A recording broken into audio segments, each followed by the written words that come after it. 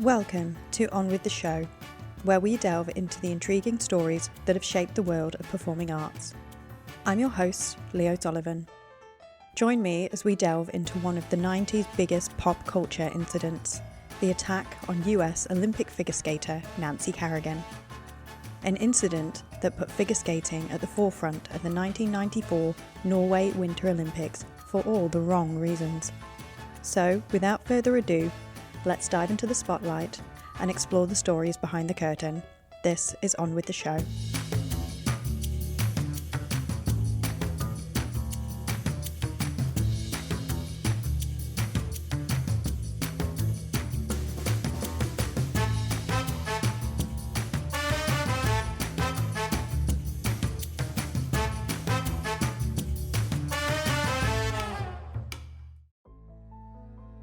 It was 2:35 in Detroit, Michigan, and reigning United States figure skating champion Nancy Kerrigan had just stepped off the ice rink when Shane Stant swung a 21-inch ASP telescopic baton at her right leg, striking above the knee. As Kerrigan collapsed to the floor in agony, Stant escaped from the arena by smashing through a locked glass door. Nancy Kerrigan was born in Massachusetts in October 1969 and took up figure skating at age 6. She started private lessons at 8 and won her first competition, the Boston Open, at just 9 years old. By the 1980s, Nancy began to reach prominence at a national level, moving up the ranks from 12th to 3rd between 1988 and 1991. She qualified for the 1991 World Figure Skating Championships, where she won the bronze medal behind her teammates Kristi Yamaguchi and Tonya Harding. Nancy won a bronze medal in the 1992 Winter Olympics and earned her silver medal at the 1992 World Championships. In 1993, she became the United States champion. However, the pressure was getting to her. Her routines were becoming flawed, and she'd started consulting a psychologist for her nerves and increased her training schedule in the run-up to the 1994 US Figure Skating Championships and qualifying to the 1994 Winter Olympics in Norway. Unknown to Nancy, Shane Stant and his uncle Derek Smith had been contracted to break her right knee. After failing to find her at home in Massachusetts, Stant had taken a 20-hour bus trip to Detroit. On January 6, 1994, one day before the Figure Skating Championship First Ladies Singles competition, Stant attacked her. The aftermath of the attack was recorded on a news camera and broadcast around the world.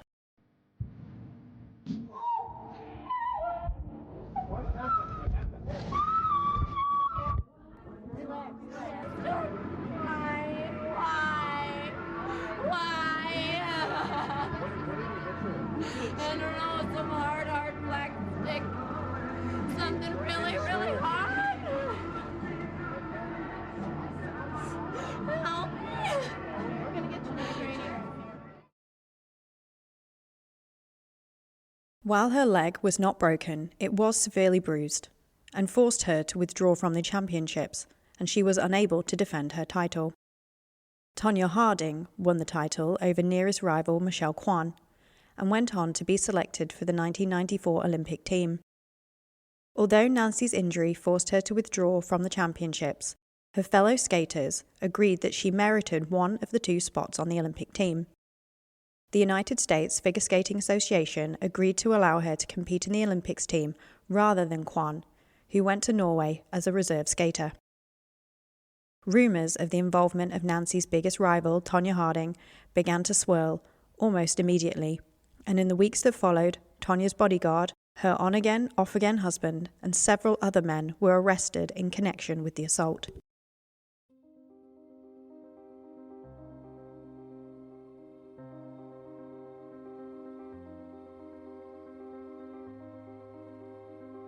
Tonya Harding was born November 1970 in Portland, Oregon, and began skating at age 3, and by 1989 was a bronze medalist in the US Figure Skating Championships. Her breakthrough year came in 1991, when at the US Championships she became the first American woman to complete a triple axel. While Tonya implored her fans to believe that she was innocent, many observers believed she was the one who stood to benefit competitively and financially from Nancy's removal.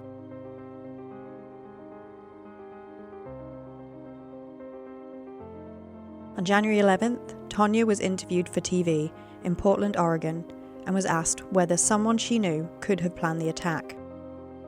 She replied, "I have definitely thought about it." She also confirmed she had spoken with FBI agents. Her ex-husband, Jeff Gillooly, said he understood why the FBI had to investigate him. "It's their job to follow up on this," Gillooly said. "Nobody likes being investigated by the FBI, but I understand their need to investigate." On being asked if he was involved at all, he claimed, "I have more faith in my wife than to bump off her competition." On January 13th, Tonya's bodyguard, Sean Eckhart, was arrested.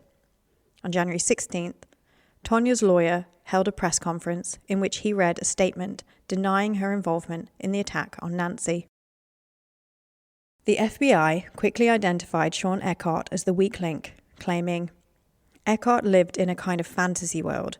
He told people he was an international special agent. He couldn't keep his mouth shut, and before long he was telling everyone what had happened." On January 18th, 1994, Tonya was with her lawyers when she submitted to questioning. She was interviewed for over 10 hours. 8 hours into the interview, her lawyer read a statement declaring her separation from Gillooly. "I continue to believe that Jeff is innocent of any wrongdoing. I wish him nothing but the best."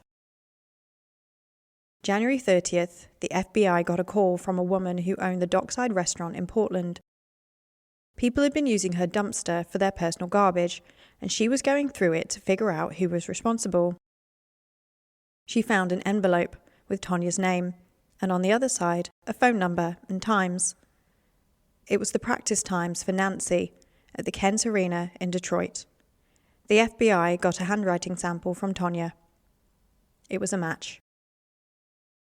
The FBI took this information to Eckhart, Stant and Smith, who were able to backdate the plot to early December, when Tonya phoned Gillooly after the 1993 NHK trophy competition, upset about her placement. He said he was also upset for her, and later spoke about figure skating politics to Eckhart. According to Gillooly, Eckhart then wondered aloud, what would happen if Nancy Kerrigan were to receive a threat? Gillooly liked the idea. However, Tonya was sceptical about Eckhart's ability to arrange it. Gillooly assured her Eckhart knew people who could carry out the attack, and they could abort the plan if they did not like it. Shortly after Eckhart had spoken on the phone with Derek Smith, he visited Gillooly and Tonya at their home and quoted $4,500 to execute the attack. Gillooly countered with an offer of $2,000. On December 25th, Gillooly had a message from Smith asking for more details about the plan. Gillooly claimed that he then phoned Eckhart to cancel the deal. Eckhart replied that Smith was already driving to Portland and that he needed more information about Nancy, including a photograph and the location of the ice rink where she practiced. December 27th, Tonya phoned her friend Vera Morano, a Pennsylvania figure skating writer, saying she and Gillooly had a bet about where Nancy trained. Morano then called the US FSA contact to find the name of the rink. Smith and his nephew, Shane Stant, arrived in Portland on December 27th, drove to Eckhart's home and asked for a meeting with Gillooly. On December 28th, Tonya finished her practice session at 10:30, then Gillooly drove them to Eckhart's home. According to him, she knew about the meeting and was anxious about Gillooly talking to dangerous people. He also testified that Tonya told him she wanted Nancy injured either at her home or at the skating rink. Gillooly said he would phone her after the meeting. Eckhart introduced Gillooly to Derek Smith. Smith told Gillooly he could solve problems, and Gillooly confirmed he wanted Nancy out of the national championships so Tonya could win an Olympic gold medal. Once this was achieved, Tonya would receive endorsements, and he could offer $1,000 a week for her security. Gillooly said he would pay $6,500. Eckhart suggested cutting Nancy's Achilles tendon, using a car to run her off the road, or just kill her. Gillooly said only her right leg needed to be disabled, her landing leg. He claimed to have previously verified this with Tonya. Gillooly was told his money would be returned if the deed was not completed. Unknown to Gillooly, Smith had persuaded Eckhart to record the meeting to use as leverage. Eckhart hid a tape recorder on his desk under a paper towel. According to Gillooly, Tonya asked if the meeting went well. When he told her about the money-back guarantee, she laughed loudly. Gillooly said he felt pretty good about the meeting and thought Smith was competent. He then told her, "I think we should go for it," and Tonya replied, "Let's do it." He said the men would need another photo of Nancy and her skating times. Gillooly suggested that Tonya call the Tony Kent Arena because she knew ice skating terminology. They drove to Eckhart's home that night with the photos, practice times, and $2,700 in cash. Gillooly said he paid Eckhart while Tonya was in another room having coffee with Eckhart's mother. Gillooly's bank records indicated that he made 3 withdrawals totaling $9,000 between December 27th and January 6th. Western Union records showed that on January 5th and 6th, Eckhart wired 2 payments to Smith. Gillooly testified that by January 1994, he and Tonya were upset that the plot had apparently failed. When Eckhart said it could still be done for more money, Gillooly asked, "Do I have stupid written across my forehead?" Tonya told him that Eckhart should return the money. On January 1st, 1994, she had a late-night skating session from 11:30 p.m. to 1 a.m., and Gillooly asked Eckhart to meet him at the rink. When Eckhart arrived, Gillooly agreed to pay more if Nancy could still be disabled before the national competition. According to Gillooly, Tonya then approached both men, appearing pissed off, disappointed and angry, and asked Eckhart why this thing was not completed. "You need to stop screwing around with this and get it done."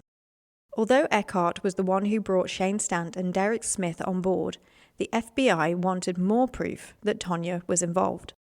So they had Eckhart call Gillooly and arrange a meeting. However, the FBI made a mistake.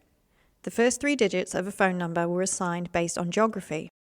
So, while they were careful to have Eckhart call from a non-district attorney's office phone, the number indicated that he was downtown. The meeting happened, but Gillooly knew what was going on, and the FBI didn't get the admissions they were hoping for. They decided to change tack and pit Tonya and Gillooly against each other. Initially reluctant to talk, Tonya finally agreed to incriminate Gillooly, but was careful not to incriminate herself. On February 1st, the FBI showed him notes from Tonya's interview, and he agreed to turn on her in exchange for a plea agreement. Tonya's full FBI transcript was released, and the Seattle Times reported on it, stating that she had changed her story well into a long interview. After hours of denying any involvement in trying to cover up the plot, an FBI agent finally told her he knew she had lied to him, that he would tell her exactly how she had lied to him. In the transcript's final passage, Tonya stated, "I hope everyone understands. I'm telling on someone I really care about. I know now Jeff is involved. I'm sorry." Tonya later held a press conference to read a prepared statement. She said she was sorry that Nancy was attacked and that she respected her, and claimed not to have known in advance of the plot to disable her. She took responsibility for failing to report things. However, failure to immediately report this information is not a crime. Under Oregon state law, the act of concealing criminal knowledge alone is not a crime.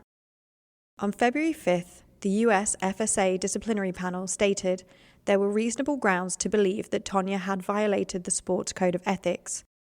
They recommended she face a disciplinary hearing. Claire Ferguson, president of the US FSA, decided not to suspend Tonya's membership before a hearing took place. The panel examined evidence, including the testimonies of Stant and Smith, Tonya and Gillooly's telephone records, and notes found in a Portland saloon trash bin. In spite of the ongoing investigation, Tonya was still on the same Olympic team as Nancy, and on February 17th, they shared the ice at a practice session in the Hamer Olympic Amphitheatre. Approximately 400 members of the press were there to document the practice. It was noted that Nancy chose to wear the same skating costume at the practice session that she was wearing when Stant attacked her. She later confirmed that her choice of dress that day was deliberate. The broadcast of the February 23 Ladies Olympic Technical Program remains one of the most watched telecasts in the US. Tonya finished 8th. A bootlace broke early in her free skate routine, and amid cheers from the crowd, she was allowed to restart. Nancy, having recovered from her injury, won silver. The result was seen as controversial, as the awarding judges were divided along east-west lines, with 5 to 4 judges supporting the Ukrainian dancer, who received gold. On March 9th, Judge Owen Panner granted Tonya a requested stay until June on her disciplinary hearing. Meanwhile, Portland authorities stated the criminal investigation would conclude on March 21st, with any indictments and a grand jury report to be made at that time. On March 16, 1994, Tonya pleaded guilty to conspiracy to hinder prosecution as a Class C felony offence. She and her lawyer, Robert Weaver, negotiated a plea bargain, ensuring no further prosecution. Judge Donald Londa conducted routine questioning to make certain Tonya understood her agreement and that she was entering her plea knowingly and voluntarily. She told Londa she was. Her plea admissions were knowing of the assault plot after the fact, settling on a cover story with Gillooly and Eckhart on January 10th, witnessing payphone calls to Smith affirming the story on January 10th and 11th, and lying to the FBI with the story on January 18th. Her penalties included 3 years probation, a $100,000 fine, and 500 hours of community service. She agreed to reimburse $10,000 in legal expenses, undergo a psychiatric examination, and volunteered to give $50,000 to the Special Olympics Oregon charity. Tonya's plea conditions imposed her U.S. Figure Skating Association resignation. On March 21, 1994, a Portland grand jury issued an indictment stating there was evidence Tonya had participated in the attack plot.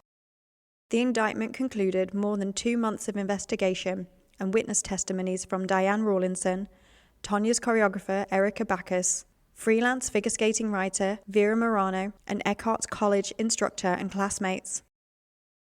It stated there was evidence Tonya fraudulently used US FSA-provided skating monies to finance the assault. It also read that Tonya, Gillooly, Eckhart, Smith, and Stant agreed to knowingly cause physical injury by means of a dangerous weapon. The grand jury said the evidence implied Tonya was involved from the beginning or very close. She was not charged in the indictment due to the terms of her March 16 plea agreement. On June 29th, the US FSA disciplinary panel met for 9 hours over 2 days to consider her alleged role in the attack. On June 30th, the panel concluded that she had prior knowledge and was involved prior to the incident. They decided that pertinent FBI reports, court documents, and Tonya's March 16th plea agreement presented a clear disregard for fairness, good sportsmanship, and ethical behavior. Tonya did not attend or participate in the 2-day hearing, and she had not decided on an appeal. She was stripped of her 1994 US Championship title and banned for life from participating in US FSA events as either a skater or a coach. Life post-scandal proved difficult for Tonya. She was arrested twice and attempted suicide. She also released a sex tape with Gillooly. Nancy turned pro after the Olympics. She starred in numerous ice shows, including Broadway on Ice, worked as a television correspondent for the Olympics, and Inside Edition. She was inducted into the US Figure Skating Hall of Fame in 2004. In December 2023, Kerrigan released her first children's book, Stronger Than She Thinks. The book follows an 8-year-old aspiring skater named Nancy as she puts in the work and dedication to master her first jump.